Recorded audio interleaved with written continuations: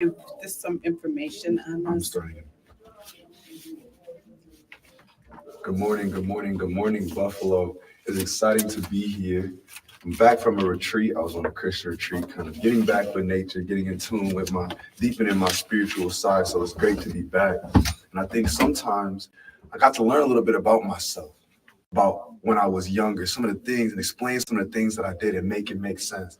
It didn't make sense in the moment, but sometimes you got to understand the past to understand where you're going. And today I got someone who understands that better than most of us. I have someone who is a genealogist. Now, for the people on the outside, you may not know what that word means. It's a big word. I'm not going to speak too much. I'm going to let the guests introduce themselves.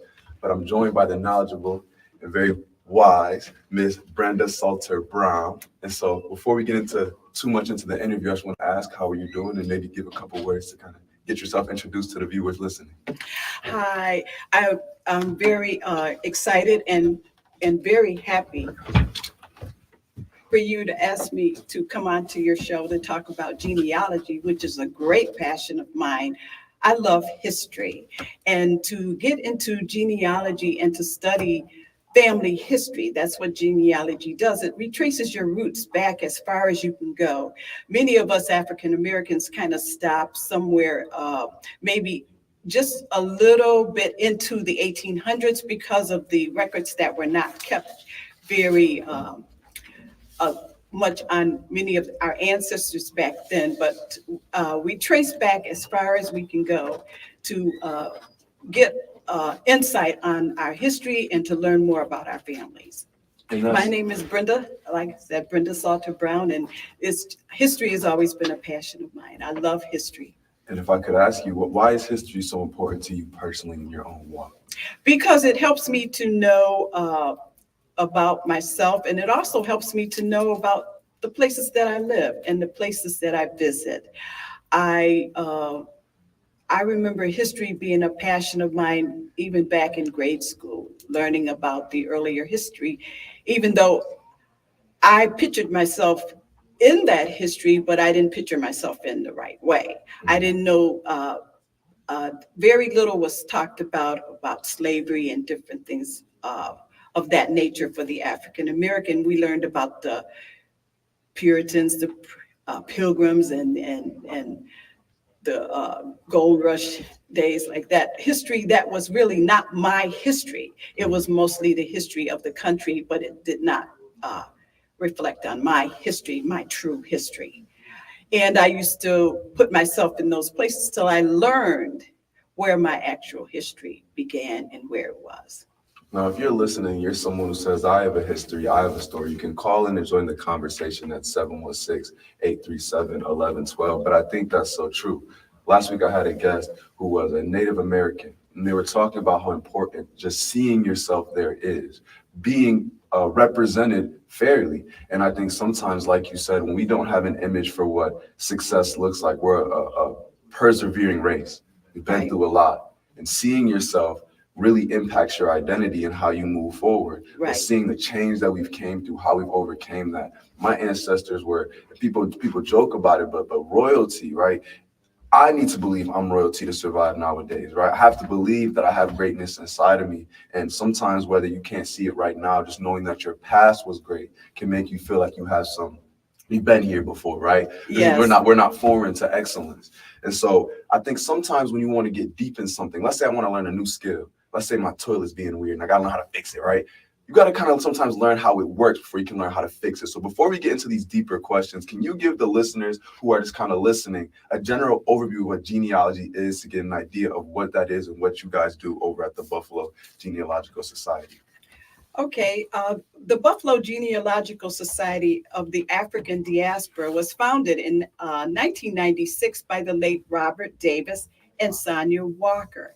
And from that, it grew into an organization of many genealogists, many of that specialize in different areas. Like we have a DNA specialist, we have one that also specializes in Civil War, and she can give her name is Miss Scott, and she can tell you a lot about the soldiers and even explain to us about the different reasons why some of our ancestors were in the Confederate and not Union soldiers. As we know, when Abraham Lincoln freed the slaves, it was not, he had a plan. It was more or less to help to win the Union. And by freeing them, that gave them more fighting people and more fighting power. The Genia, there at the when we meet every second Saturday at the Meriwether Library, we share on the research that we have done, and we also help people that come and want to get started, to help them get started, learn the resources that are available to them, and help them to start with a starting point. Sometimes people start with the starting point of the DNA. We recommend that you start with yourself in tracing who you are and tracing your family. And DNA it does play a part in it, but actually get to know yourself, know your family around you, and ask questions and talk to your ancestors or your aunts, the oldest aunts, and get the histories from them, so that you have that starting point to know where you yourself began. I think that family is a word that we sometimes misconstrue. If you were not blood related, but you took care of everything for me and played that role of mom, I may want to trace myself back to that because that's what I identify with. And the question I want to start to kind of get into these deeper questions is, how does ancestry really impact someone's identity? How does knowing where they are, where they came from, really allow them to be a better version in the present? When you trace your ancestry, you find out what your earlier family was like. You might come, I always grew up with a business sense, and I realized my ancestors were business people. They were business people. When I really look back and trace back to my family, even from the beginning of the slavery, my family is actually mentioned in the Alabama roots of Crenshaw County on the Salter Plantation. There was a Salter Plantation that began my father's family, and they were business people, and I hungered for business, and I even steered my daughter to become a business person and to be able to be independent and to work for herself, which she is actually doing. Also, ancestry also helps you to know the illnesses in your family. Sometimes we have problems or illnesses in our families that are unexplained. You might find in searching that one of your ancestors might have had that same problem, which was not really they didn't know much about. However, through research, it is better learned. So it really helps you to really know yourself, both health wise and also in what steers you, and keeps you going. I was talking to some people the other day about DNA, and I was saying sometimes the things that we often look at people and we look at them very strangely, and we might think, oh, they're strange, they like this, they like that.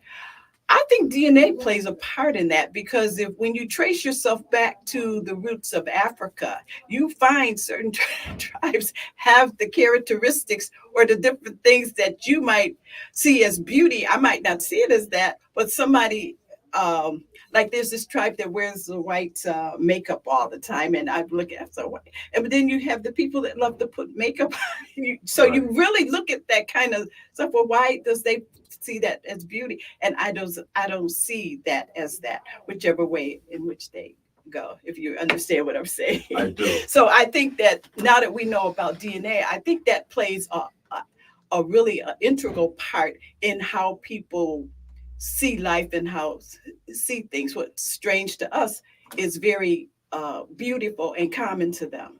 In context, right? Context is the ultimate highlighter of change and of things that we didn't even know we liked. I know for me, when I look at older cars, right, I used to always be like, oh, they look so boxy and strange. But I started to understand the technological advancement for those cars to exist. Now I drive a boxy old car myself, and I love it because I think it's just, I appreciate the work that went into that to get it to where it is today. And like you said, being aware of that history, being aware of our characteristics allows ourselves to kind of visualize everything in the correct light, because when you're in a society where the history is so marginalized, right, when it comes to those specificities, and I think part of it comes back to us, right? It is a reflection. We need to take that work sometimes to, if we want to know information, sometimes you got to pursue it a little harder. But that being said, I think it just allows us to, again, look at our features, look at our flaws and pros and cons in the right light, to not be so hard on ourselves, but more understanding and more curious. I think a curious stance is better than a critical stance upon ourselves. Also, I want to also say that doing history has taught me to be able to accept people and accept their ways, and not to be so critical and not to be so judgmental on things, to more or less get to understand more about them. I'm more of a person who I don't just take things as face value, or take stereotypes as face value. I have a habit of just going on and talking to them about different things on religion and different areas, just to get a better and clearer understanding. So it really has helped me to grow and not look at people so strangely. I believe in learning about people. Definitely. I think a lot of stereotypes are formed through history, right? So, and also how we view things. I know it was the craziest thing ever. I was in high school and we were talking about unions, and a lot of kids were saying, "Oh, we don't like unions." And I'm sitting there and I'm confused. I'm like, "What's wrong with unions?" But then it made sense. Oh, your father was a business owner, right? His grandfather was a business owner. Okay, I see how you have this stance. And so before I can jump on you and say, "You don't know what you're talking about," if that's all you've been hearing for the past 2-3 generations, like you said, allows me to have that grace, that patience to say, I understand. And even if I don't agree with your perspective, at least I understand why you have it. Right. And what I want to ask you, kind of getting more on your perspective, right? We talked about the process, right? We have the DNA side, we have the asking side. But is that process of genealogy that you bring to the genealogical society, is that really just asking family? Is that the process? Is that the best way to go about it? Just asking family and listening? It starts off with listening. As children, we heard the stories. We heard a lot of stories about our family. I'm a one side I'm a Salter, and the other side I'm a Craig. I'm which names I'm sure a lot of you have heard throughout the city. Craig and Craig Twin Bakery. Those were my aunts, and those were my mom's sisters. And Salters, I'm a member of Salter, and I also am a musician. So I like music. I sing, so which is one of our aspects on both sides of that family, on both sides of my family. But when you first you listen to the stories, and when you first start genealogy, like I said, you write down yourself, you go into yourself and you put yourself first, then you branch off into your parents, then you get the history from your parents to learn who their parents are and who are. You might start with first names, then you go on into the research part. Now, when I first started on with genealogy, we're looking back into the 1990s. The internet was not very enormous as it was back then. I had to go to the church on Maple Road, which is part of the Mormon Church, because the Mormon Church is a very big organization on family history, and they have a large resources, and I had to order records of census records that were handwritten and order them through the Mormon Church. And looking at the handwriting and trying to figure out different things, I really didn't find too much until the internet became the records became a little bit more digitized. And that's how it all began. Now, one thing I want to tell you, when you start family history, you have to go in with the open mind, because there are secrets and there are things you're going to find out. Some of them that were never told, and some of them that are recorded in newspapers and different things. You're going to find out a lot about your family. So you have to, like I said, keep an open mind about it.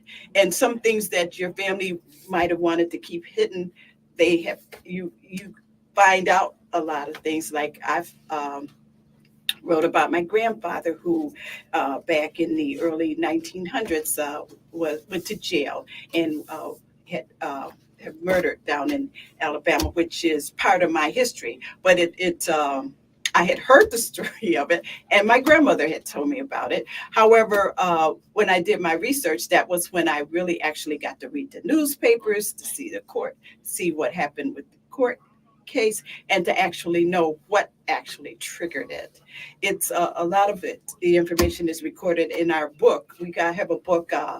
The Genealogical Society have a book called Kindred Stories, which is on sale on Amazon, and you can also get it at the at Sharon Holly's bookstore. You can also buy it there. But it's a book of different stories on researches that we have all done about our family. But when you start to a better way to explain it, it's very time consuming and very enormous. But when you find or you hit something or you find more history, it's exciting. And then sometimes when I get into the historical part of my family or to be in the research, sometimes I have to put it away because sometimes it can be kind of overwhelming, and you're thinking back and you're thinking about your family and different things, and it can be kind of like a little depressing because they're not here anymore. Right. And then there's times when you wish you had talked to your earlier your grandparents and things more about their what was going on in their life. Like my grandfather, I have on my mom's side he was Native American. He was partly Native American. I do have Native American roots in my family. My great grandmother was a Creek Indian. She was a documented Creek. I always say documented because she received reparations from. She lived in Crenshaw in Alabama, down Marengo County, Alabama. That was where she was from. But she was one of they received the reparations for the Trail of Tears, and many of my family members moved from there over to Oklahoma. So I have cowboys in my family that actually participate in rodeos and different things like that. So doing the research, I have connected with them, seen what they do. And I also have famous people in my family. Ari Lennox is on my father's side. She's a Courtney Salter. That's her name. So her father, I have communicated with her dad, but yeah, Ari Lennox. And then on my mom's side, the young Virgil Hawkins, who we know him as I can't remember what his regular name, but he won the American Idol. He was the poet. Mm. He's on my he's on my side. So when you go into research and you go into history, you learn a lot about your family, and you learn other family members that you have. Usually those are the on the side that I have uncovered are the siblings of my grandfather. Those are a lot of times you don't see those, you don't see relatives from that side, but those are siblings from my grandfather. I've even got siblings now from my great grandmother who was of the Native American, was Native. Mm-hmm. That's a wide web, and it's probably so. How do I describe it? It's not necessarily it's empowering, but it's what do you call it? Validating in your story that it's real, that I'm here, and that's so powerful. I think that the work that my family has done means something, right? It's bigger than just me. I'm a part of not an organization, but it's a large family. I know a lot of people go onto websites and other services such as ancestry.com or other things like that, and they run into dead ends, right? And it'll say, we don't know where to go any further. Hit a brick wall. Is that an ancestry.com thing, or is that just a general genealogy? At some point, you may find a wall where you can no longer go back. Right. That's what happens in genealogy. You do tend to hit brick walls.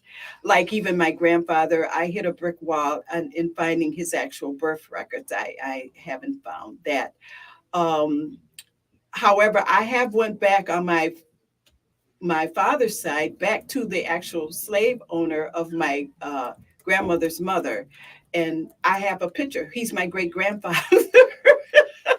So I have traced back, I have his picture, and I have traced back uh, to actually his slave schedule. And I have that. I have his picture, and I have my grandmother's mother's picture, and my grandmother. So I was able to trace back that part. And the reason on Ancestry, I met a cousin who was also researching. So we have shared pictures, we have shared information. And one good thing about from her grandfather, she took a lot of pictures. See, pictures are really very helpful too.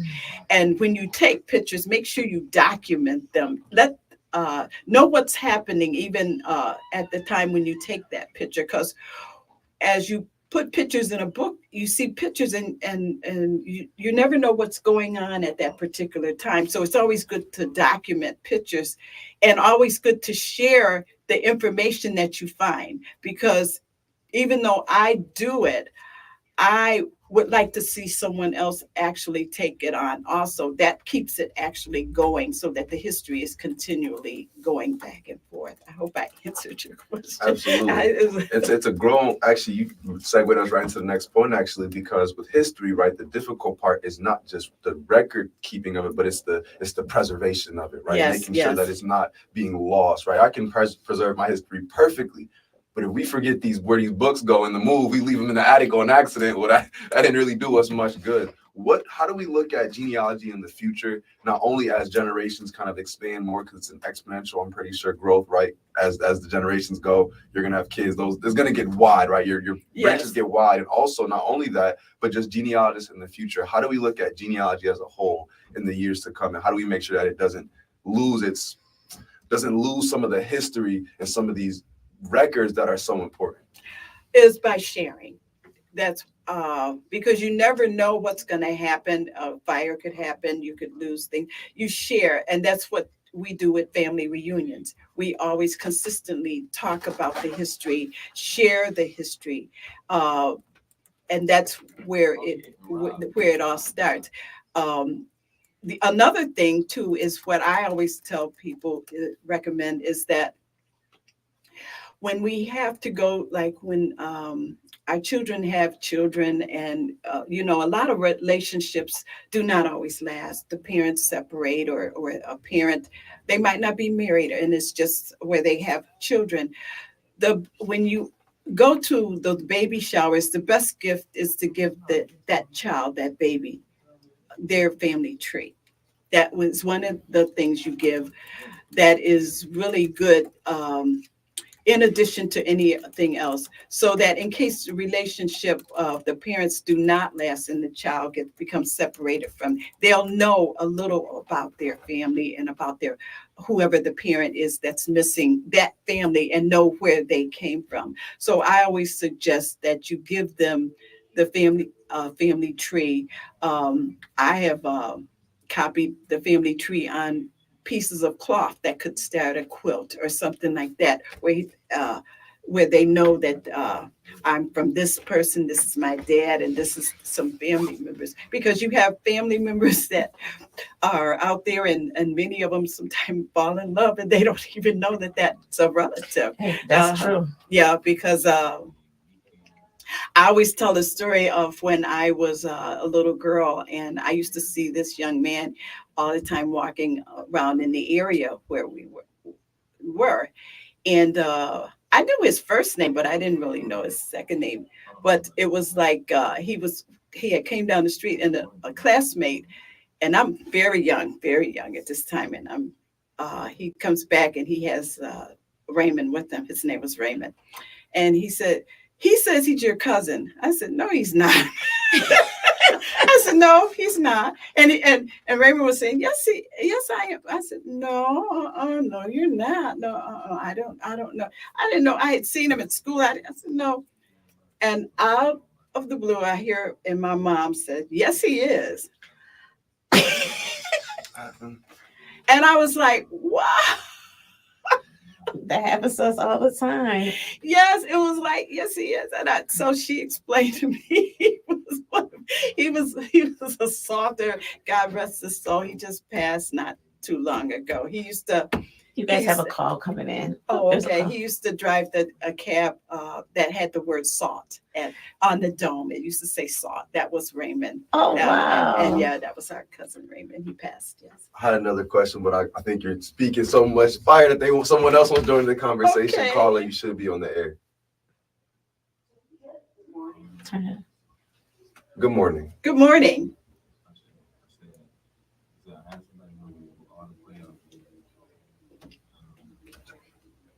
Long-time friend of mine. Oh, Mrs. Doyle, Dr. Doyle, how are you? I'm doing fine. I just wanted to just make a couple comments. I've been doing my own family history for more than 20 years, and and I think Miss Brown will agree that when you do your family history, you have to have a lot of patience. Yes, you do. Yes, you have do. To have a lot of patience. And when I was able to trace my family to 1845 so far, and my grandfather was, and there was a lot of farmers in my family history. So I wrote a book about all of that.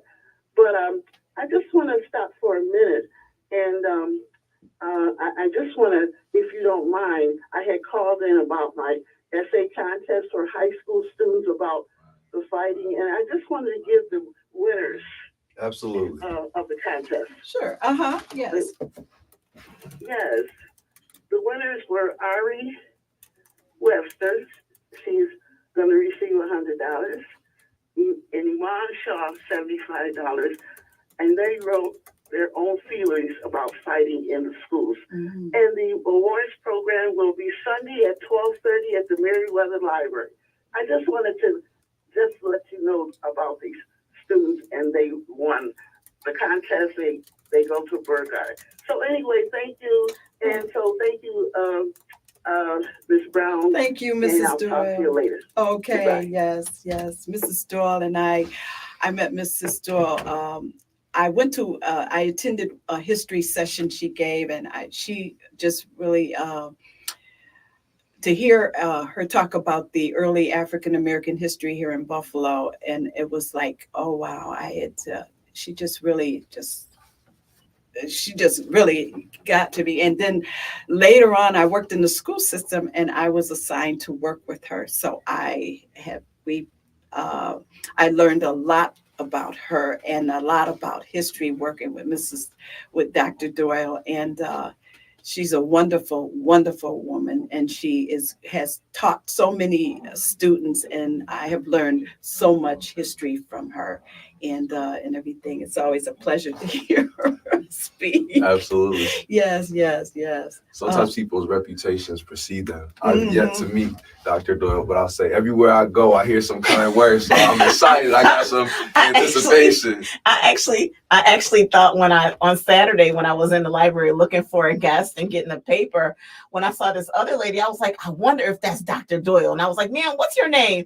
Because then she told me she was in your group, and I said, I wonder if that's Dr. Doyle. But it wasn't. It was someone else. And I said, I am interested to meet who she is. She sounds like an amazing woman. Heard a lot of good things about it. To touch on what we were talking about before the call, but I do want to honor those two winners. It's good, and I think it's important that we acknowledge people putting forth efforts to be successful, not just in traditional ventures, but making sure that you're putting your voice out there. Right. Essay writing is a lost art. Writing in general, I'm a communicator, so I love all forms of communication. So honor to those winners. But that being said, like what you were touching on earlier, I went to a Christian camp over the weekend, and actually one of the people at the camp, I think we're cousins. I was like, nah, you're just trying to pull my leg. She's like, ask your mom. I had to go to my mom, called her. Sure enough, yeah, small world. It's a very small world. It's very small. We're heading to a break right now, but we'll be talking about that, how genealogy unites people as just general, as wider than just family, how it unites people as a bigger cause. We'll touch on that after we come back from a break. Thank you. Okay. Thanksgiving is we're still live on here, but I think one of the things too that's pretty exciting is, like, I hate taking pictures, and my husband always always wants to take a picture. And I think that's really important. And I think the other thing that makes this conversation interesting is I think so often in the general public or the perception is when you succeed, when you see a person of Black excellence, it's an anomaly. And it's not.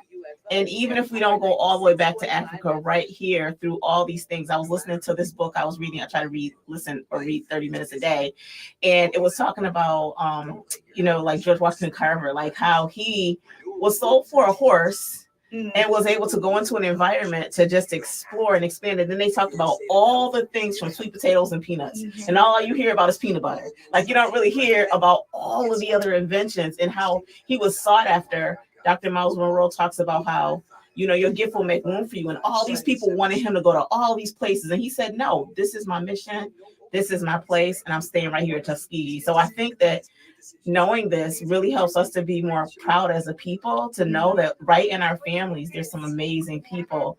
And we don't always have to go back to the narrative connected to slavery. We don't want to forget it. Right. But in those times, what kind of amazing things have come out of that, us as a people. And we're finding out too that everybody wasn't a slave. Some people were like indentured servants. We're going back on. That's a good So we're right back onto the show. We're actually talking on the live. If you want to hear some extra behind the scenes content, you can join us on Facebook Live. But also, if you want to get right into the conversation live, you can call in at 716-837-1112. I know you guys were having a conversation live. You guys can continue it on the air if you guys like before we go to the next point. No, I think one of the points you said during the I don't even know if I'm allowed to say that place, but the thing that happened that shut down the world, a lot of people were referencing, they were having arguments on Clubhouse, which was an audio app, about like we're not all slaves. Like my history does not lead to that. And I'm just like, my goodness, why are we always getting into the minutiae as a battle? Can we just have this in a proactive way? What's the purpose? And you were just sharing some like actual facts. And I like to hear from people giving facts instead of opinions. So I would love to hear like everyone didn't necessarily come from slavery. No, some of them were working, were indentured servants, worked as indentured servants, and some of them worked as slaves. But everybody, roots does not always begin back as far as on the slave grounds and slave grounds. Mm. Yeah, so I would like to even talk more about that. What's the difference between what someone would categorize as an indentured servant versus a slave? What's the difference, and be more technical? They're like working off of a debt or some type of debt of some kind. That's my understanding of it. That would have been a good question for Miss Dr. Doyle. She would have explained it a lot. I'm sure she'll call back. She might be listening. Dr. Doyle calls back. But it was more or less like working off a debt. I view it as working off some type of debt of some kind. Yeah, so that was good. And despite those differences in those two different roles, kind of slavery versus indentured servant, what I wanted to kind of ask is, even though they're under the same umbrella, how does knowing about us, right, knowing about our genealogy, unite us as a people, right? I think sometimes with these divisions, right, we can have divisions outside of race, even within the Black race. I think the Black race is one of the most fragmented parts. We have city Black people. We have the people who call themselves like thugs. Oh no, I'm from the hood area. I don't know these like educated. Oh, you speak white, right? There's so many different divisions. But how can us knowing our general understanding of where we all came from, despite the different locations, unite us deeper than where we are right now? Because I think right now when we look at other people, it's so many metrics to divide us by. Deeper than just deeper than just you look like me is you look like me, but what's your education level? You look like me, but where's your socioeconomic stance? But how can we all came from here create a deeper sense of unity than just what we are presently? That's a very deep question. Yes. I know it would unite the family. It unites the family unit more so than it would someone that's not of that particular family. But and I think that's what we should really work to unite first, is the family, because there's so much division even within the family that the history would better get us to know each other and understand each other and each other's way of thinking. So that's where I think that's what I think it would be the main goal of it, is to do that, and then we can out with the other. Yeah, I think one of the things too that I think about too, and we were just talking about that a little bit on the break, is so often, and I think I started with this even when we came back on the air. I just think that the standards, we always try to make our stand.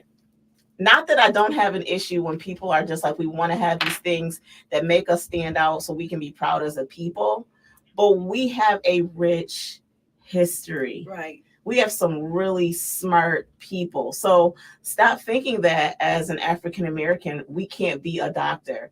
One of the things, my first professional job, I worked at General Motors Powertrain. And one of the things that I was just like saying to people was that because it was the largest engine plant at the time with 3,500 employees, I'm not saying racism didn't exist, but there were some levelers where you can get a Cadillac, I can get a Cadillac, because we both are like making the same wage. Mm-hmm. Then people who had trades, that's the place where I saw like Black electricians and Black skilled trades. And I'm like, wow, like these people are making a lot of money. Like they have good quality of life.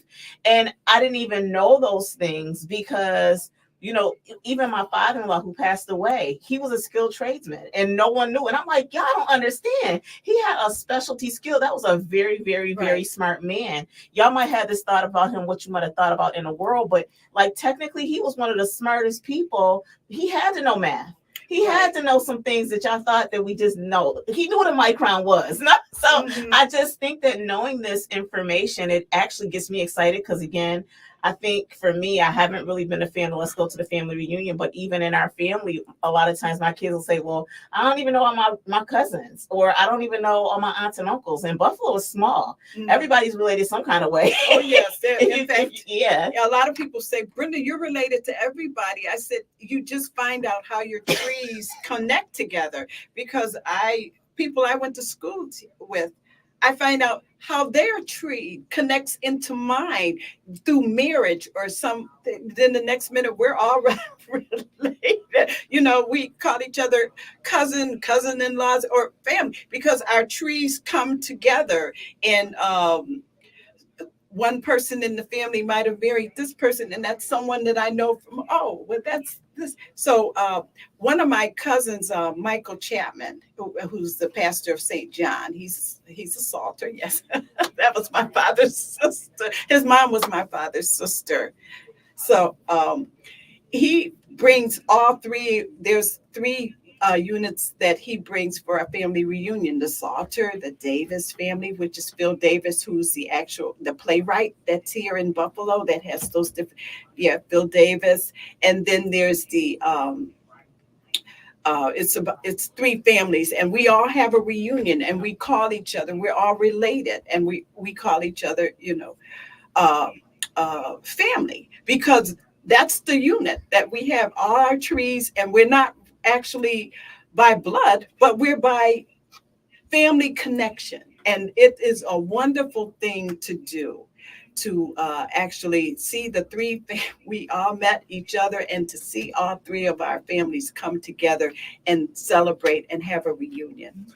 And see, those are the things that we do, because even sometime in a regular family reunion, there's not a connection there, because you have some families might feel more powerful than the other. So you can come up with those, have those type of things even within the actual family unit. So, but that's why I say it's one of those things. Knowing about your ancestors is getting the family unit to accept the family unit sometime too.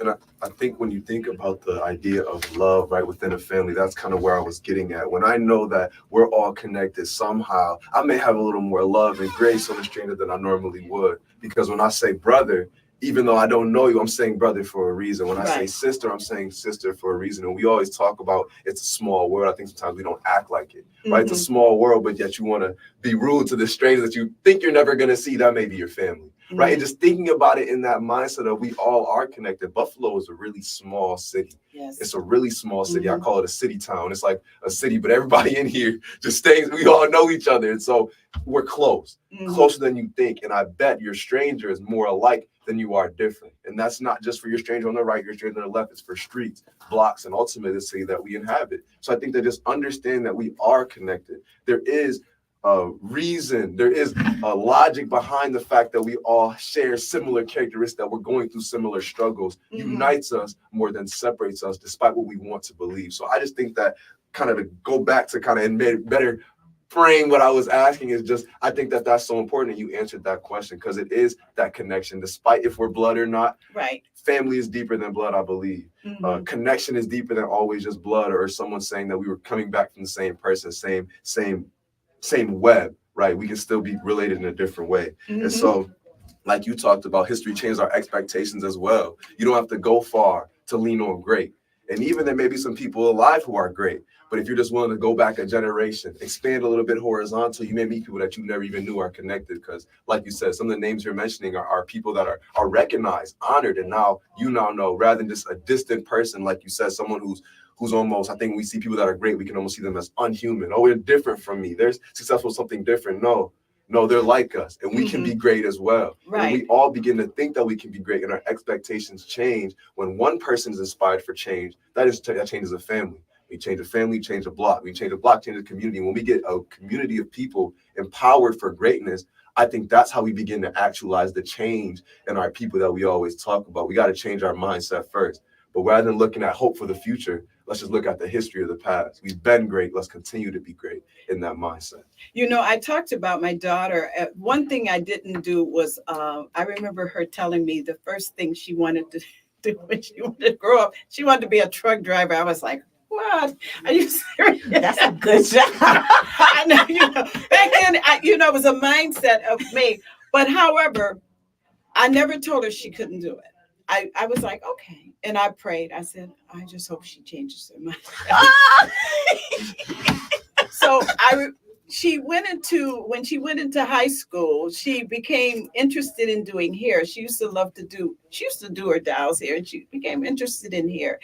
And it was there she became a hairstylist. She went to high school. She was at Lafayette and BBTC. So she did hair, and now she's a very big hairstylist in Charlotte. She moved to Charlotte. Her name, Lakita Johnson, and she moved to Charlotte, and she has her own shop, and she makes wigs and different things, and she's worked with cancer patients and different things. She's very reputable.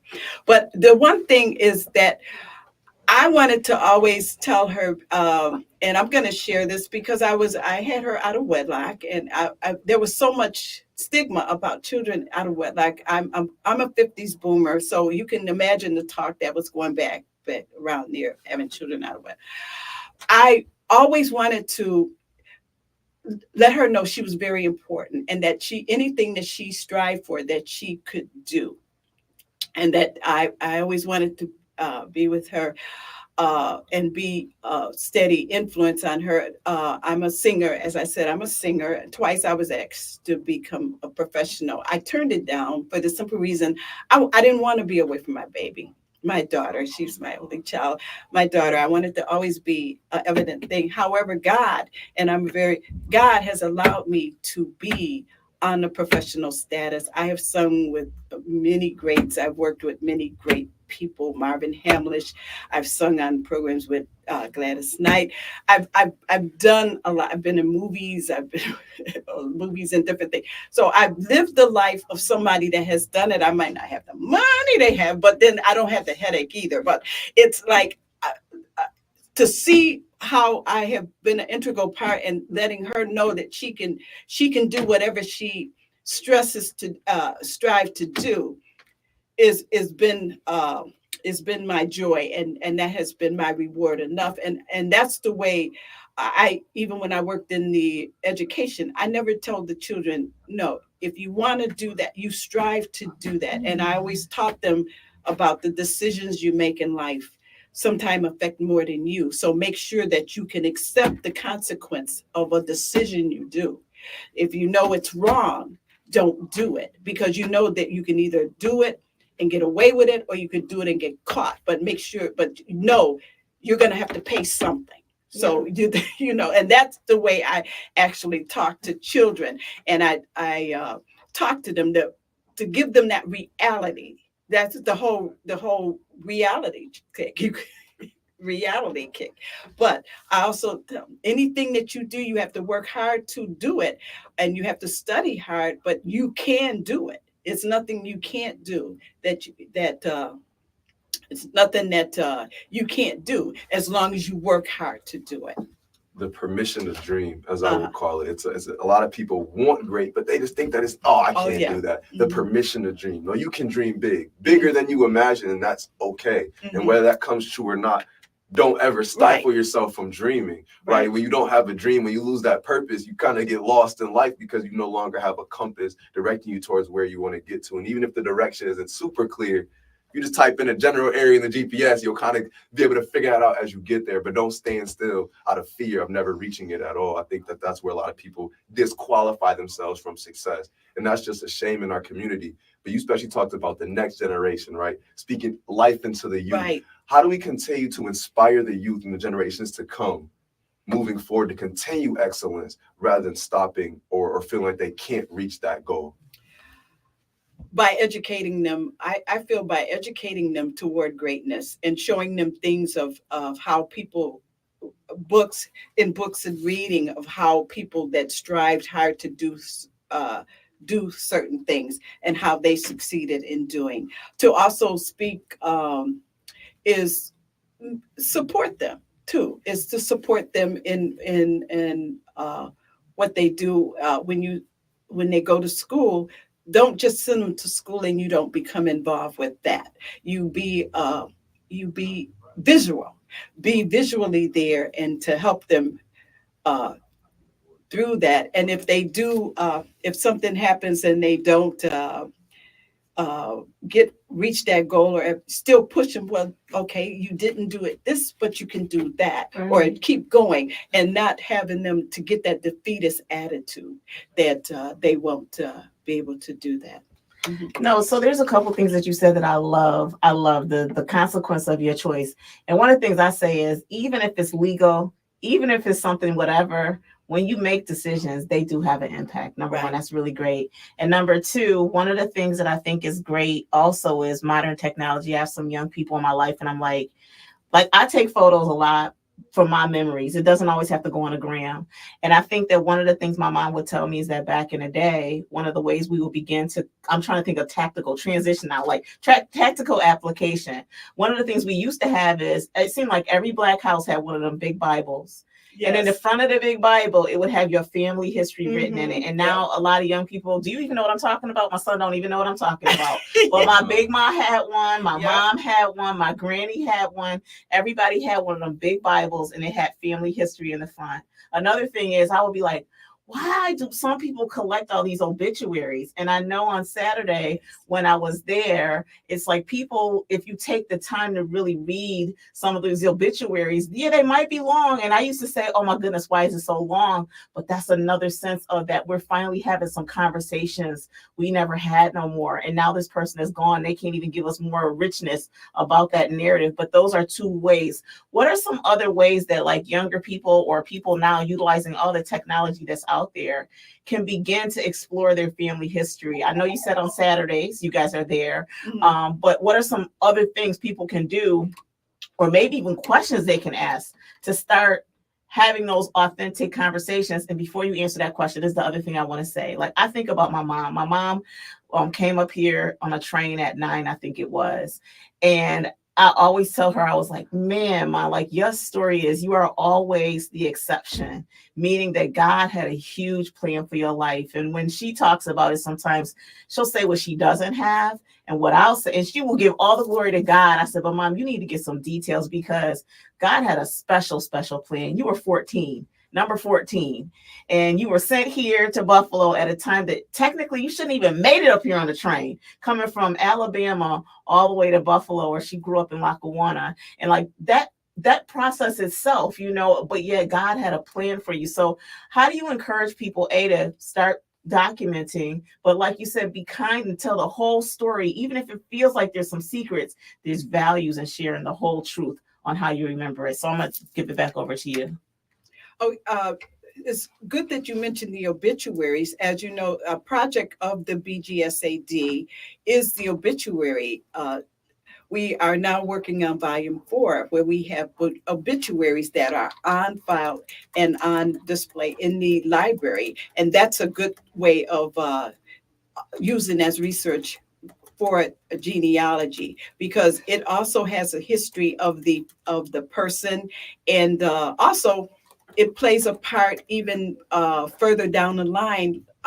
They can go, a family member can go who talks about, oh, your grandmother did this, your grandmother did that, and the child never seen them. They can go there and actually see a picture of their grandparent on file at the library.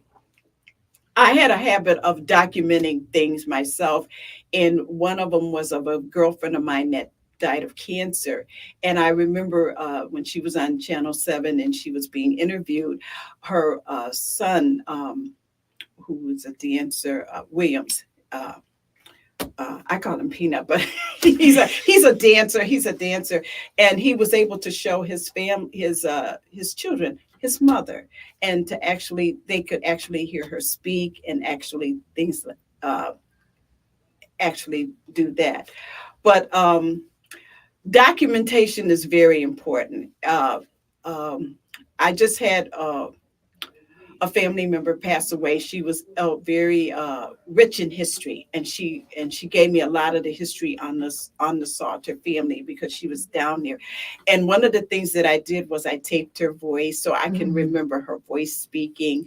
And I did the same thing with another family member from the Craig side. I taped her voice and got God rest her.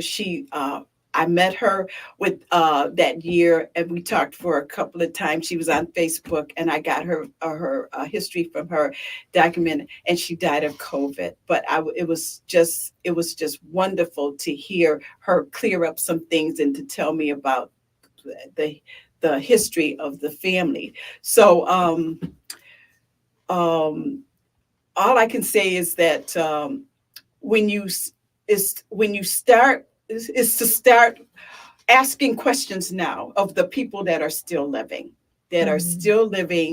and take as many pictures, and, as I say, document the pictures on what was going on at that time, and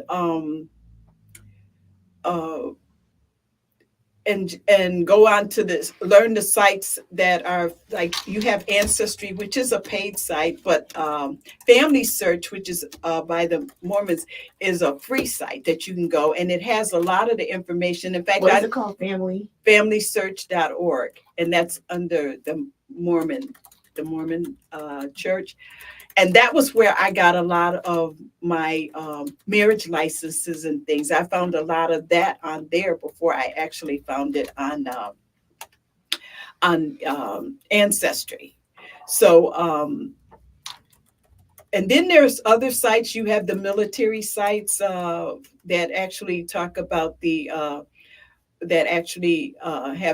talk about the wars and soldiers. In fact, this is a book I compiled of an ancestor of mine who was a Confederate soldier in the Civil War. Oh, wow.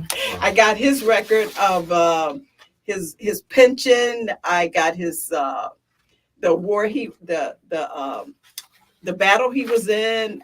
Actually, even under General Hood, it was the Peachtree Creek battle. I actually got the history of that, and I compiled this together. And this is his actual headstone at our family church in Alabama. And this is his actual headstone. We have a church, the Carlton Hill Baptist Church, which is located in Bibb County, Alabama, where a lot of my family members are buried, and that's the history of that. But as far as keeping everything going, like I said, to start, they can come in on Saturday and start asking. We can help them. Also, there's blogs and different other sites online that you can also go on and hear, and they can help you to get started. But locally, you can come in. There also the library, the downtown library. Also What has time on Saturdays? on the second week, it's the second Saturday each month from 11 until 1. We are at the Meriwether Library. Okay. Mhm. So we're kind of closing out the interview now. Yes, We're okay. up with time. I wanted to ask a question, which Sure. we'll touch on next time. We got to get you back. But the question I want to ask her, I'll leave Okay. the viewers with in their mind, leaving your mind is how Okay. history moves us forward. I know we talked about a lot of taboo subjects in our history that we hide, Yes. especially with us. We want it to look good. It got to look good on the outside, right? The inside is important. Vacuum your interior, but wash the outside every once in a while. You know what I'm saying? But that being said, I think there's a lot of conversations we need to have. Yes. A lot of things that we avoid or say, oh, that I don't identify with that. But it's history. And so I Right, think there's it's a lot your of history, conversations, right. a lot of shadows and taboos that we could really put on the table and begin to dissect when we go to, and really adjust to our history. But we'll talk on that next time because we're kind of leaving the station now. The hour moves fast. But as we leave out, are there some things you'd like to leave with the viewer, specific words you'd like to say, or any specific, again, contact points you'd like to reach out to and just reiterate for as we walk out? First of all, I'd like to thank you for having me on your show. It has been a wonderful hour, and I've enjoyed talking. I just hope I've hit and given some major tips for people to actually get started on the history. Yes. I also want to tell you about our book called Kindred Stories. It's genealogy and the family history, and it was written by members of the Buffalo Genealogical Society of the African Diaspora in Buffalo, New York. And the book is on sale on Amazon. It's on the Amazon and at Zawadi bookstores, and you can get it for about $20. And it's a book compiled of various people who submitted various research, and this is me here. This is me talking about my grandfather. But it's various research and how we got started and different things that we found out about our family. So I hope to see any of you, see some of you at the next meeting. We will be at the Meriwether Library on the second Saturday in December. Thank you again. Have a good day, Buffalo. Hopefully you guys know your history as well. Have a good one. See you guys next week. All right.